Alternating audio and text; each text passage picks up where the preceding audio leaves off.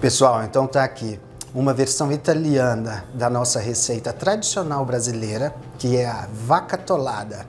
Nesse caso aqui, a costela cortada na ponta da faca, servida com uma escarola refogada e o nhoque de mandioca. E vem comigo no passo a passo.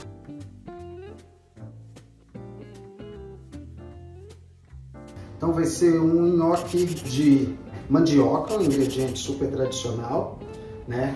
Com um ragu de costela. Então a costela a gente desossa, corta ela na ponta da faca em cubos e com um pouco de escarola salteada. E enquanto isso, aqui na outra panela nós estaremos fazendo o molho, que aí vai entrar tomate italiano, cebola, salsão, cenoura, temperos, pimenta branca, pimenta peperoncini, um pouco de ervas. E aí a gente entra com a farinha para fazer a mistura da massa tradicional de nhoque. Olha, quando a gente vai cozinhar essa mandioca, eu gosto sempre de usar um pouco de legumes na água antes de colocar a mandioca para cozinhar, porque aí você tem mais sabor na água. E aí, ao mesmo tempo que essa mandioca estará cozinhando, você tem que preparar o ragu, então você precisa de um pouco de caldo de legumes. Vou retirar os legumes, que já estão aqui por um tempo. Entra a mandioca. É importante retirar aquela fibra que fica no meio da mandioca, porque senão depois dá muito trabalho para você passar pela peneira. A mandioca ela é um pouco mais rígida, bem mais espessa do que a batata. Então, às vezes, dá um pouco de trabalho aqui. Você pode passar por um mulan, que é o passador de legumes, ou você pode levar num moedor de carne. Se tiver um moedor de carne daquele manual ou daquele elétrico, você passa e umas 2 vezes para ele perder um pouquinho do grumo dele. Pronto. Agora, enquanto ela está cozinhando, teremos aí uns 20 minutos, a gente vai entrar com óleo para selar a carne. Eu tenho a panela aqui para selar a carne e a outra panela onde a gente já vai começar a fazer um molho. Eu acho importante sempre caramelizar os ingredientes primeiro, para que ele acaba realçando um pouco mais o sabor dele, o adocicado. Ok, então voltando aqui para o ragu de costela, eu tô com a carne de costela, a gente desossou, e eu vou jogando ela aos poucos. Agora eu jogo o salsão.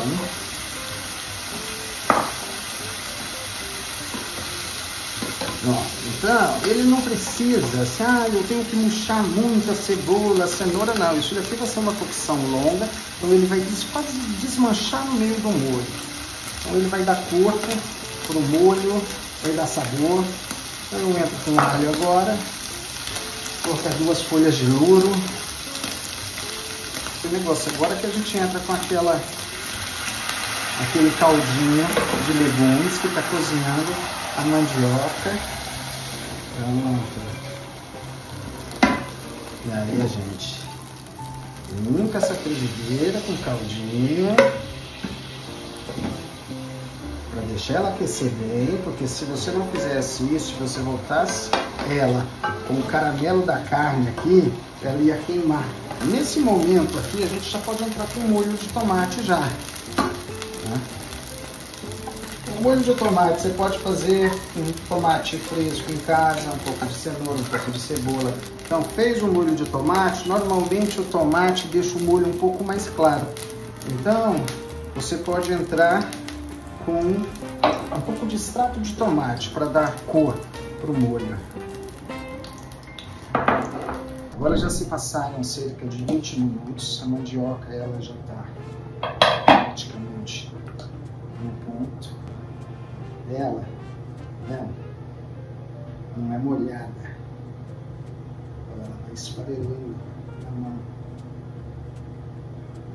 Então, esse é o ponto dela.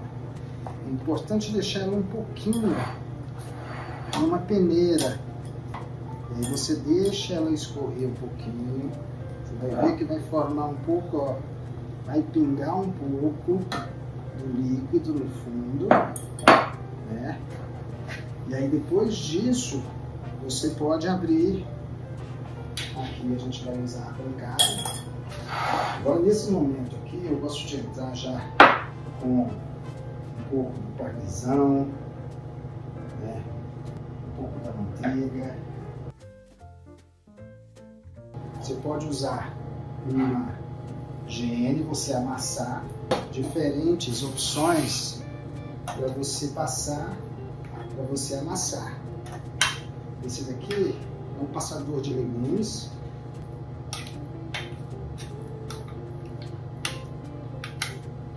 Espremendo, né? O seu purê. Então, essa é a parte mais trabalhosa, ó, mas ele fica parecendo, ó, uma nuvem, né? E o segredo tá naquele momento de você escorrer a mandioca logo depois que sair da cocção, né? Vamos jogar um pouco em cima da bancada. Essa bancada já é apropriada.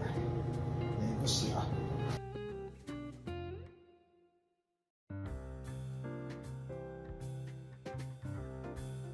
Ok, agora que a massa, a gente já conseguiu incorporar a gema na massa de mandioca, ela descansou um pouco.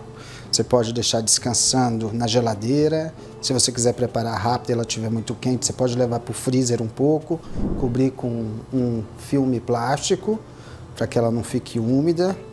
E aí você retira, abre na bancada e agora começa a colocar a farinha. E aqui, para a receita, ela leva 250 gramas de farinha de trigo.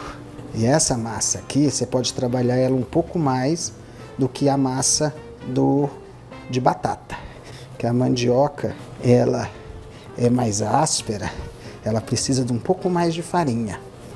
E um pouco mais trabalhada também.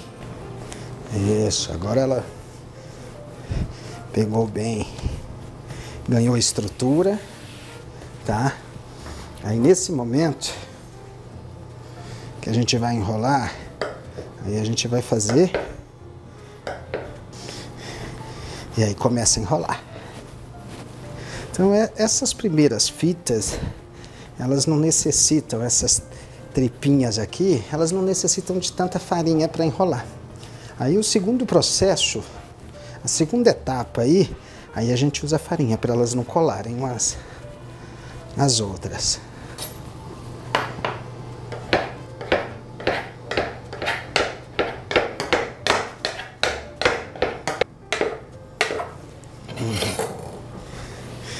Então, aqui ele está pronto para ir para a água. Ok, agora é hora de finalizar. A hora que começou a enrolar essa massa, o ragu, ele já estava pronto, né? Molho bem grosso, bem denso, os pedaços de cenoura. E agora a gente coloca o nhoque na água. Aí essa água com um pouquinho de sal, fecha e espera a massa subir. Então, vai depender da temperatura que você tem, né? A força aí da chama do seu fogão. Então, uma dica boa aqui para você é, enquanto você abre a massa, mantenha a água em fogo fervendo. Então, deixa a água fervendo, porque assim que você terminar de abrir, ela já vai direto para a água.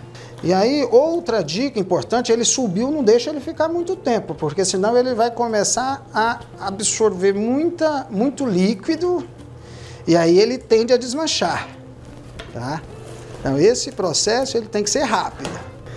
Eu gosto de usar a escarola nela para finalizar, porque a escarola tem um amargo agradável para finalizar na frigideira. O parmesão, ele é um grande tempero. Então, nesse momento, a gente finaliza a nossa versão italiana da vaca atolada.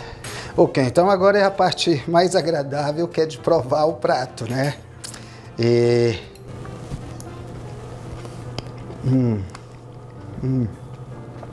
Cremosa a mandioca. A costela tá no ponto certo. Uma delícia. Ó, então quem fizer essa receita em casa, por favor, marquem @anamariareceitas e @modi.casagiardino. Tá bom? E fica o convite para vocês conhecerem o restaurante. Nós estamos em Perdizes. Um beijo para todos e até a próxima!